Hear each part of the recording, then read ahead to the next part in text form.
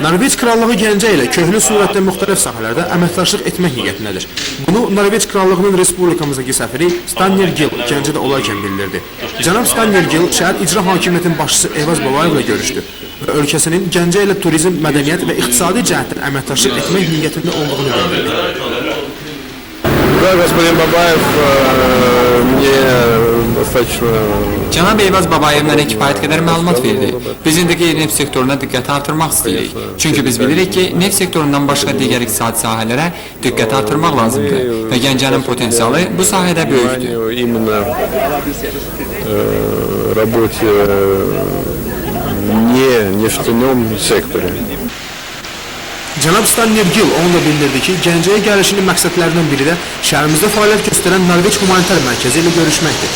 Nəzərinizə çatdıraq ki, adı çəkilən mərkəz 1999-cu ildən Gəncədə kiçik biznesin inkişafı üçün mini kreditlər ayırır. Və bu günə qədər 2850 nəfər bu mərkəzə müraciət edib.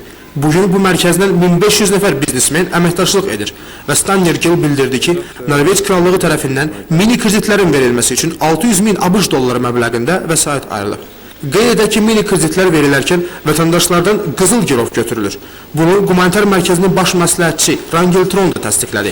Norvegiya Krallığının səfirinin isə bu məsələyə münasibəti belə oldu.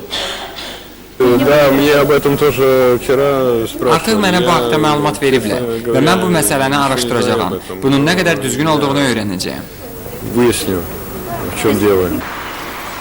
Cənab Stanley Gill'in şərəfinə Gəncə Kamera Orkestrində konsert verildi. Xatırladaq ki, Norveç Humanitar Mərkəzi Kamera Orkestrini öz öhdəliyinə götürüb. Səfir konsertdən çox razı qaldığını bildirdi.